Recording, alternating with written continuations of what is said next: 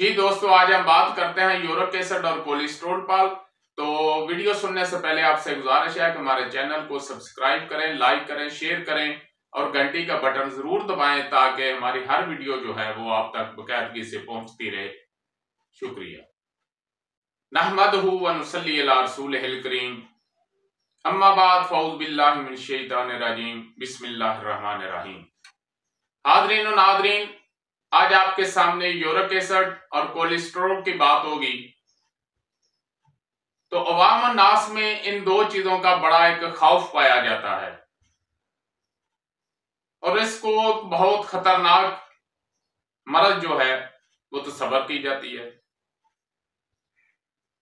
तो आज मैं आपको बताता हूं कि कोलेस्ट्रॉल क्या है और यूरिक एसिड क्या है। यूरिक एसिड दरअसल दो लफ्ज हैं, यूरिन एसिड।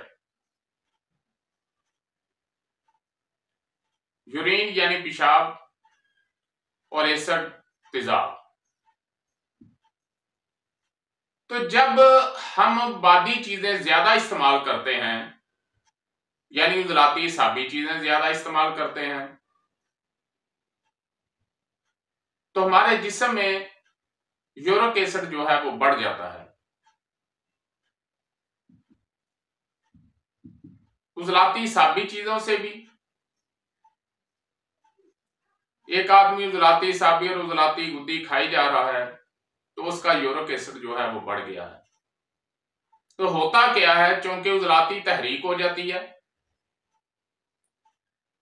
तहरीक जो है वो बढ़ जाती है, गुद्दत में तस्कीन होती है।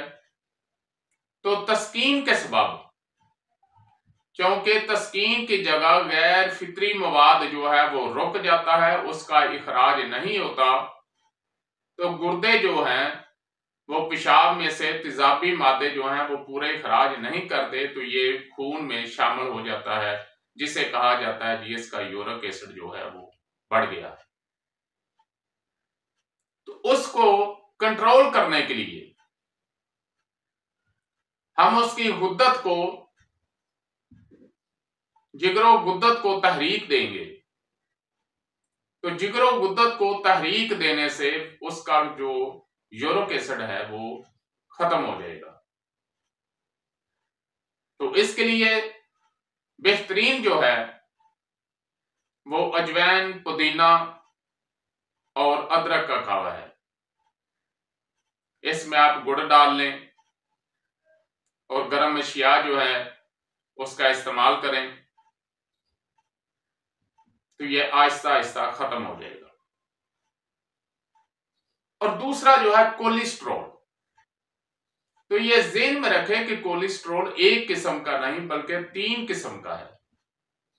जब किसी भी टिश्यूज में, किसी भी चीज में इजाफा होता है, उसकी तहरीक बढ़ती है, चाहे वो असाबी हो, चाहे वो गुद्दी हो, चाहे वो उजलाती हो, तो वो तहरीक जब बढ़ते बढ़ते मकाम सोजश पर पहुंचती है, तो मकाम सोजश का पहले भी कई दफा ये बताया जा चुका है कि जब चौथे दर्जे पर बीमारी पहुंचती है तो तस्कीन वाले मकाम पर, चूंकि पहले तहरीक की अलामात होती हैं, दर्द होता है, खिंचाव होता है, पहले खिंचाव होता है फिर दर्द होती है, और वो उसी सिस्टम में होती है, उसी नसीज में होती है, उसी टिश्यू में होती है जो जिस्म में बड़ी हुई होती है।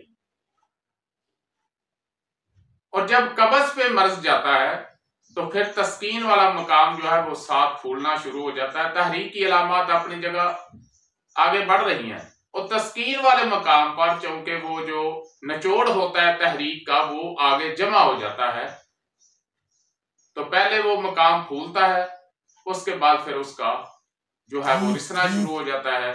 तो वहां जो जब मुसल के मकाम पर, जिसके लिए हम मलयन और मुसल का इस्तेमाल करते हैं, यानी कब्ज और सोजश के मुकाम पर जब जाती है, ये बात जहन में रखें कि जहां तहरीक बढ़ी हुई होती है उसको कहते हैं कि तुर्शी बढ़ गई है।